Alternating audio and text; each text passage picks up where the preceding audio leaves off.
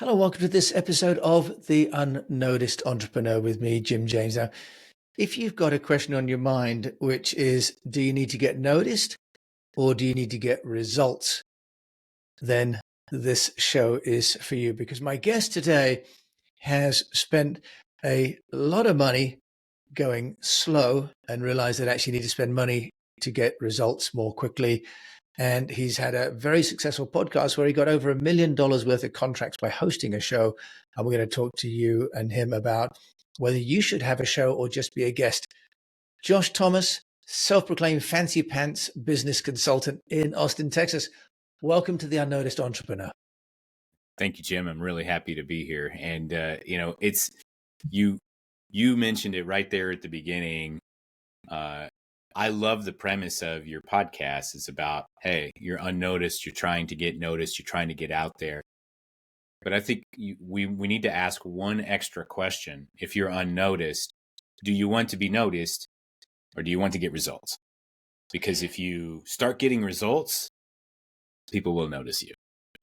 Well, I love the way we're starting that conversation, Josh. Can you get results without getting noticed? Explain how that would happen. Yeah. So here's the thing. We all start out at the same place.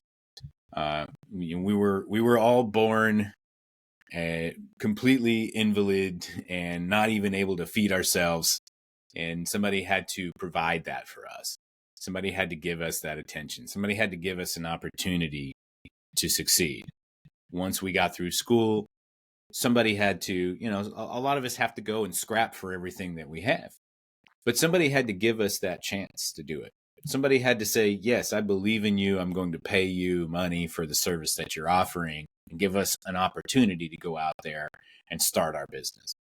Everybody had to get that chance. And the way that we got that chance was we produced a result of some sort. And that got us noticed. Now, whether that was a monetary result or not, it depends. But everything that we've ever been known for in our lives, including with our family, our friends, or any success we've had in business, is because of some result that we've produced. And so those of us who have yet to kind of cross the threshold of running a successful business, we kind of glorify this fame and recognition on a pedestal like that's what we need. And it's great, but it's not going to pay your bills. It's not going to make your life any easier. It's just going to say, oh, hey, I recognize Josh when you're walking down the street, and that's it. What's really going to get you noticed is success.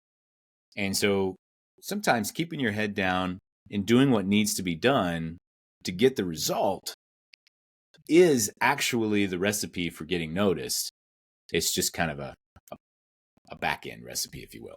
Yeah, that's really interesting. And I guess at the point that, you can't really have fame and fortune without having done the hard work. I think we're more and more seeing in public how every celebrity and every successful business person has put in the work and the hours. And then later on, Josh, you're going to tell us 7 things that people can do. And you're even going to give us some templates at the end of the show, aren't you, on how Certainly. people can get some success.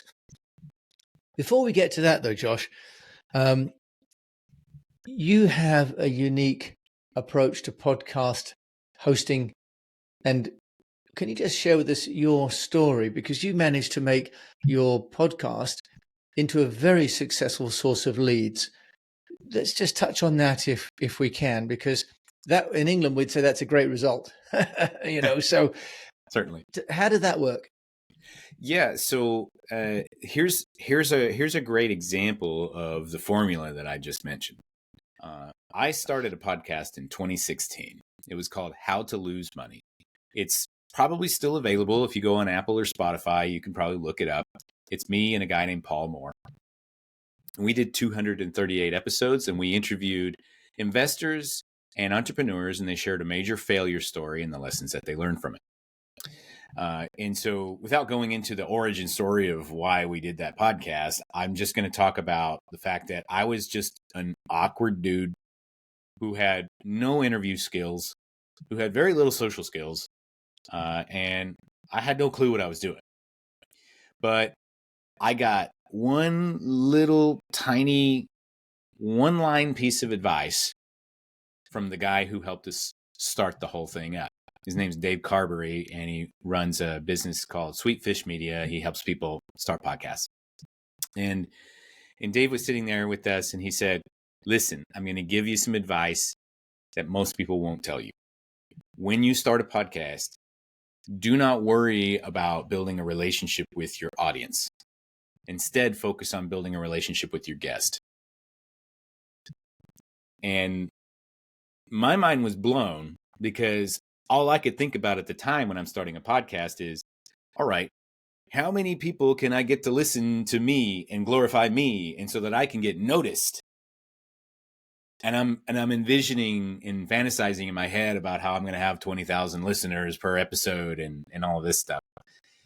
But, reality was much more modest, if you will, about the amount of people that are willing to set aside time to listen to me talk to somebody else for an hour. But you know who was definitely paying attention to me for an hour? My guest. And so I started focusing on finding people that I wanted to know and people that I wanted to maybe do business with, or I wanted to partner up with. And I would bring them on the podcast, and I would give them two things. I would give them the spotlight, and I would give them an experience.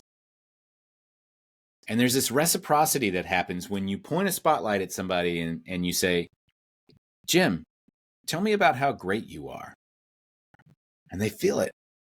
Like, oh yeah, man, Josh is all right. He's a great guy. He just told me how great I was. There's this reciprocity that happens. And then you have the experience. And then when they walk away from that experience, they think, every time they see me, they think, oh yeah, I know him. We go back, even though we only talked for like 30 minutes. But we had an experience together. And if I can give you the spotlight and I can give you an experience, you will notice me.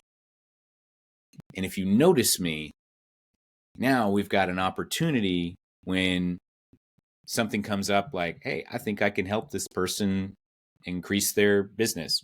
Let's talk about it. They're going to take my call because they know me and they appreciate me and they kind of owe me something, I'm not saying that they do, but it's like that's the feeling and the thought that happens. And that's going to make it much easier for you to get in front of somebody you don't know and have a conversation about either doing business with them or partnering with them or asking them for some insights or advice that you maybe just wouldn't have had access to before. So I'll kind of stop there, but that's the idea is if you're going to start a podcast, don't worry about how many people are going to listen to it. Start a podcast that's based around the thing that you're interested in and that is going to draw in the people that you want to do business with, the people that you want in your center of influence. Josh, that's wonderful. And, now you're being a guest. You still got a podcast, haven't you, I think? And now you're running an entrepreneurs club as well. And one of the things that you're offering to entrepreneurs is to increase or even double business for entrepreneurs within 90 days. In this world where people are making promises and giving guarantees, how do you have the confidence to say you can double people's sales in 90 days? And what does that look like? So interestingly enough, and you may not have known this, but it actually all started with a guy I interviewed on a podcast. No, I didn't know that. Yeah. Yeah. And so I interviewed this guy and it was very early on, probably within my first 20 or 30 episodes. And if you go and find it right now, I bet it was a horrible interview. But we established a relationship and I meet this guy and I'm like, I don't know jack about what he does, but he's a cool dude. So a few months later, we kept in touch. I reached out to him and I said, hey, what are you working on right now? And he's like, well, I'm trying to get this sales thing going. I'm trying to increase my sales, my business. Oh, all right, cool. Can I take a look? And he says, yeah, of course. Because again, we already know each other. He definitely trusts me because we spent that time together. And so I get in there and I realize I can help this guy solve his problem. I make him an offer and he says yes. And I was able to actually 5x his business in a 90-day window. And I did it not by weird, crazy back alley sales voodoo. I just focused on what was going to move the needle in his business right now. And that was a sales process. And most businesses under $2 million, their problem is sales. If I can help build a better sales process for you, it's going to bring in more cash, more revenue, and it's going to give you more options. And so that's exactly what I did with this guy.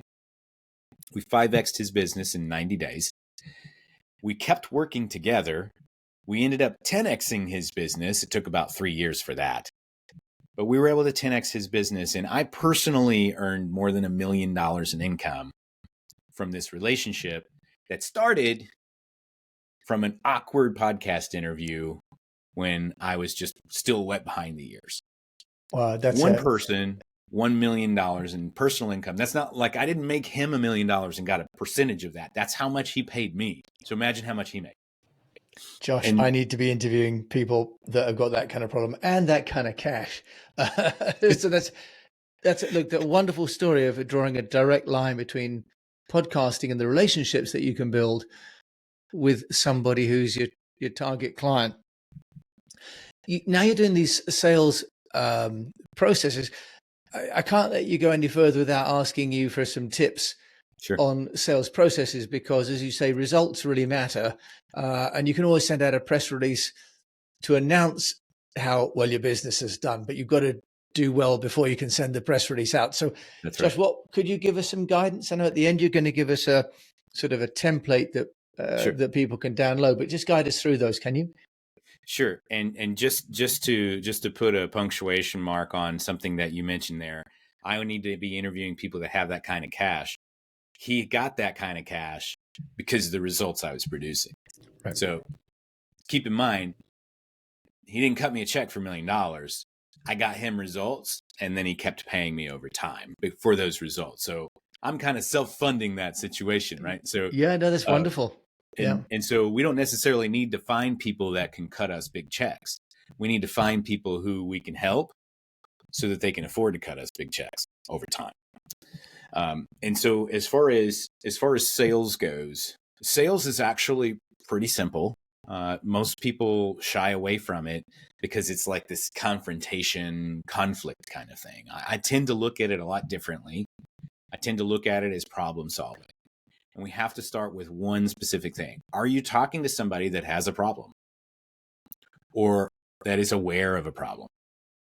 If they're not aware of the problem, can you make them aware of the problem in a way that they feel is true?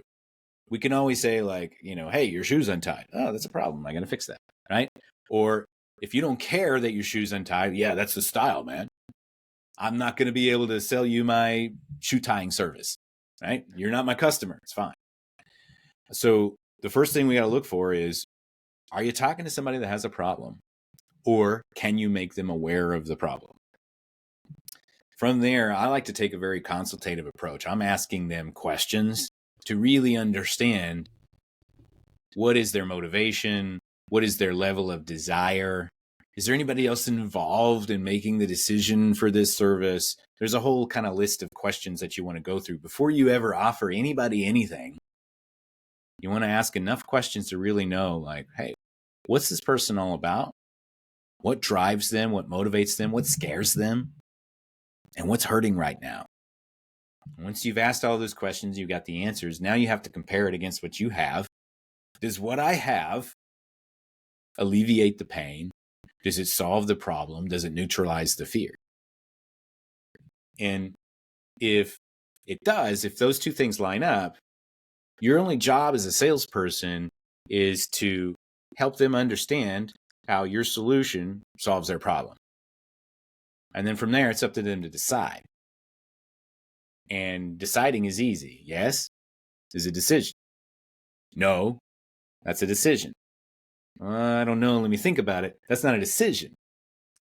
So your other job as a salesperson is just to help somebody make a decision. And either decision is fine. Anybody that's ever told me no, I believe them. I'm not going to challenge it. I'm not going to ask you why. Like, no, this isn't what I want to do. Okay. I applaud you for making a decision. Most people can't.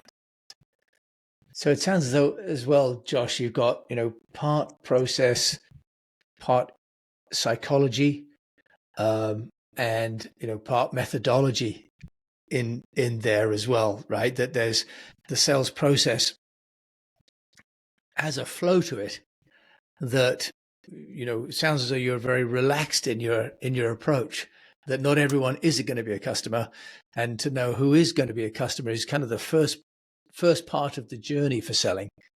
And then if you can identify the need, the person actually has a shoelace untied and looks distracted by that. Certainly my daughters would say, I like it like that, Dad. The shoelaces are not supposed to be tied. So it's a great analogy.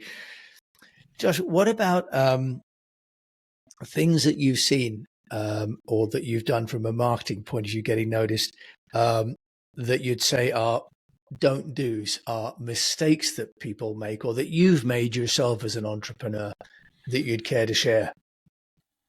So I think one of the biggest mistakes that I've ever made and that I still make to this day is not paying for help when I need it. And there's a huge arrival point that I want to make here that will be a little bit controversial. But we've probably all heard somebody say, hey, time is way more valuable than money. It's a non-renewable resource. And then we've heard some other people say, well, I would just rather pay for speed. And some of us may hear that and think, well, yeah, must be nice, but I can't afford to pay for speed. I don't have much money, so I got to churn it out and figure it out on my own. And I would just venture a guess that 80% of us in this audience right now are probably thinking, yeah, that's me. And I know this because it's also me. I definitely prefer to pay for speed, but sometimes it's like, nah, you know what? I got to do this one. It'll save me a little bit of money and it'll get done right. I'm just going to do it. And I've been through this cycle a bunch of times, but I have a verifiable example of a thing that I decided, no, you know what? I think it would be better if I do it myself. And that decision to do it myself, not only did it cost me a year of my life, it also cost me documented $100,000 to develop this product that I was developing. What I could have done instead is I could have paid somebody $10,000 to do it for me, and it would have been done in 4 weeks. And so my way of saving money, because I wasn't able to pay for speed at the time, my way of saving money was to instead spend a year and $100,000 instead of $10,000 in 4 weeks. That's how I was saving money. Josh, and you're not alone. I think we've all made that mistake, and I think I'm in danger of doing that now with building the podcast course. I've gone and paid to learn how to build a course and how to market a course, and actually I should just focus on the content of the course and then pay people to do the production and distribution, right? Because that's implementation. That's not where my genius lies either. So absolutely hear you on that one. It's always a tightrope because you think, oh, I could do it. I'll do it quicker. We always think we could do it quicker than we can, right? So that's a wonderful one. We, to not to be cheap, right? And then to invest in the success of the project. And I think the biggest thing about it is when you hear somebody say, well, I'd rather pay for speed, it's almost like, it almost sounds arrogant to a lot of people. It's like, oh, yeah, it must be nice, right? If your reaction to somebody's talking is, oh, must be nice, you don't respect what they're saying. And like, let's be real with that. Oh, it must be nice. It means that you are not in a place to understand really why they're saying that, or you acknowledge that you're nowhere near the same position as that person. And so what are you left with? Well, I'm just going to have to just grind it out and figure it out. But just keep in mind, the tab is still running for that too. It still costs you money, and it will probably almost assuredly cost you more. Josh, Money. that's a great one, Josh. And I think part of that as well, though, is to make sure that you've understood the business plan or the business model before doing something, because a lot of us DIY because we haven't thought through the upside and the downside and whether really it's a business that's worth investing in. So we're kind of still playing at the edges of whether or not it's going to be sustainable. But Josh, what about the moving the needle? Obviously, you had great success with your podcast. Although it does sound like listening to over 200 people tell you how they've lost money. On the one hand, you'd feel good about yourself that you'd maybe not lost as much yourself, but also it might feel a little bit depressing to hear those stories all day. Notwithstanding your comment that maybe you don't need to get noticed, you just need results. From a getting noticed point of view, Josh Thomas, what would you say, in your view, really does move the needle? Well, certainly, if you produce something, people will notice. Starting a podcast, I think, goes a long way. But if you think about anybody who you notice, and let's go more basic than that. I like to call this the hey dude principle. And so let's say you're sitting with your friend at a bar, or if you're in England, it's a pub. And so you're sitting at the pub and you're sitting there with your friend and you just tried out this amazing product and you got a ton of results from it. You're going to say, hey, dude, you really need to try this new whiz bang thing that I have because it did this and this and this for me. You just said, buy this product, it got me this result. You're leading that story with the result that it produced for you. Hey, dude, have you heard this new Ed Sheeran song? It really melted my heart. It really, really got me going. That's a result. You just said, buy this product because of the result that it got for me.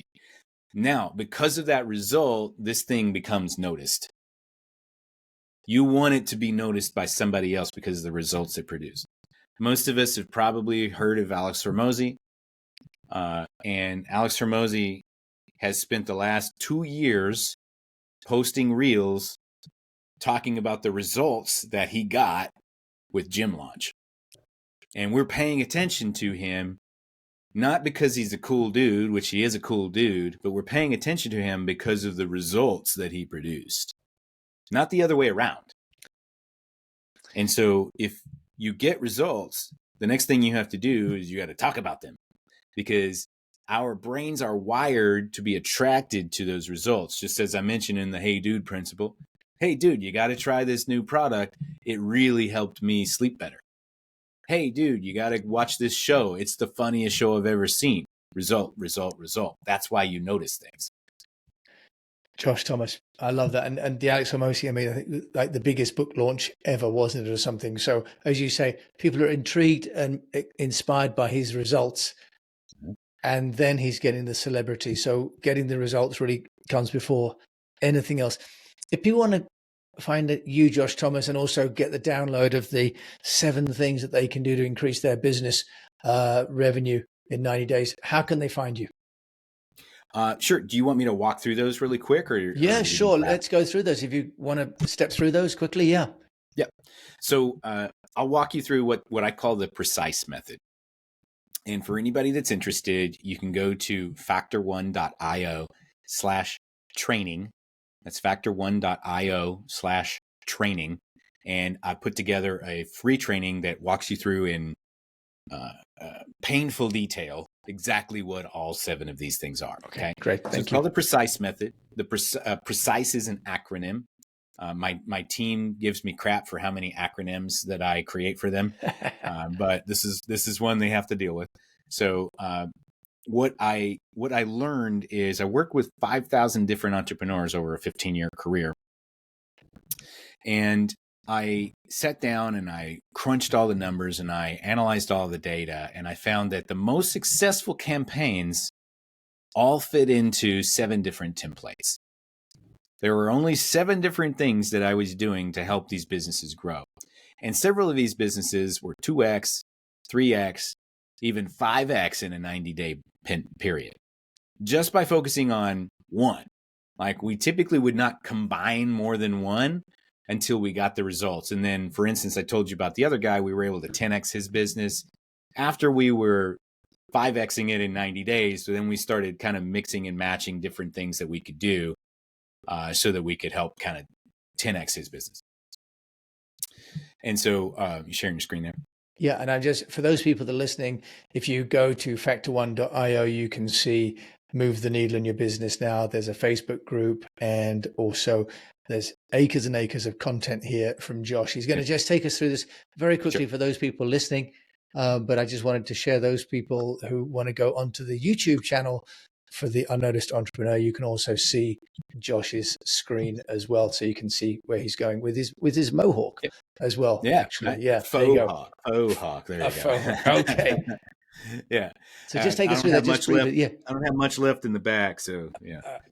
So okay. So the precise method. There are 7 simple ways that templates that anybody can follow that inject quick cash into any business really fast. Okay. The first one is called process improvement. Okay. And process improvement is basically you're changing a procedure, an SOP, or something in your business that makes your company work more efficiently or more effectively. The next one is called reposition. And reposition means that you are elevating your status, moving your company upstream to a more premium option. You could also call a reposition as changing, like opening into a new market or changing industries. The third one is called egg. And egg stands for everything's got to go. That is a sale or a promotion on an existing product. After that, we have conversion message. And a conversion message is the words that you say that help your customer decide to buy from you. An innovative offer is the next one. An innovative offer is something that you are providing a solution to your customer's unmet needs and desires. So you're selling a product, they have a different need that you're not covering with that product. And so we develop a new product for that. It's called an innovative offer. A secondary sale is the next one, which is it's a cross sell, which means that you are selling somebody else's stuff in addition to yours, kind of like a joint venture, or an upsell, which means you're selling them product A, and oh, by the way, we'll throw in product B at a discount. And then finally, the last one is elixir. An elixir is your special sauce. It's some kind of secret ingredient that only you provide that puts you into a category of one. So those are the 7 different templates that we follow with the precise method. And if you take just one of those and apply it into your business, install it into your business, operate it the right way, then in my experience, you should see an influx of cash really fast. And that cash is going to solve a lot of upfront nagging problems for you, because you're going to be able to point that cash and just pew, pew, pew, just eradicate that problem right away, because now you have resources. And more importantly than anything else, you have momentum. And when we have momentum, we're able to get ourselves out of the rut, over the wall, and start focusing on leveling up our business. When you have momentum, it's a lot easier to get noticed. Josh Thomas, you've given us a huge amount of momentum today. Final question, quickly, a book you'd recommend? Right over my shoulder, there's a book called Atomic Habits by James Clear. If you have not read that book, shame on you. But you really need to read that book, because it will change the way that your brain works and the way that you operate in your business, as long as you focus on it. And I'll give you one quick clip that you can actually Google this right now. There's an article. Just Google motion versus action. And it's an article by James Clear that's from a topic in the book. And you can read it by yourself. You don't even have to buy the book. It'll take you like 3 minutes. Read that article, and what it's going to tell you is motion is where most of us spend our time. Action is what creates results. Motion is preparation work. It's getting ready. It's busy work. It's all of these things that we're doing to be moving and feeling like we're getting things done. But motion doesn't create results. Only action creates results. If you're not taking action, you won't get results. So as entrepreneurs, we get stuck in motion all the time. Read the article, you'll understand what I'm saying. If that article resonates with you, buy the book. And if you like both of those things, we should talk. Josh Thomas, elegantly done. Thank you. Now I know how you got $1 million from one interview. And I'm going to follow your lead. Josh Thomas, thank you so much for joining me on the Unnoticed Entrepreneur Show today. People want to get a hold of you. Where can they do that? Yeah, so you can go to my website, factor1.io. That's factor1.io. Or you can find me anywhere on social media at JT Literally. Thank you so much for joining me all the way from Austin, Texas today. Josh Thomas, thank you so much. You got it. Well, I feel like we got a huge amount of information. We've run a little bit longer than normal just because Josh kindly shared those 7 tips at the end, and they're so valuable that I didn't want to cut short the conversation. So much to go there. But I think the key takeaway is that we've got to get results first. Getting noticed is the byproduct of the results. It's not the end in itself. So kind of a good salutary lesson, really. I've been focused on getting noticed, but of course, Josh has challenged that and said we've got to get results and get noticed for those. So thank you so much for joining me, Jim James, on this episode of The Unnoticed Entrepreneur. If you've enjoyed it, do follow the show. As you can tell, I've got lots of great advice coming from really seasoned entrepreneurs and coaches. And do please review the show on your player because it really helps me to know what you think of the show. And until we meet again, I just encourage you to keep on communicating. Thank you for joining.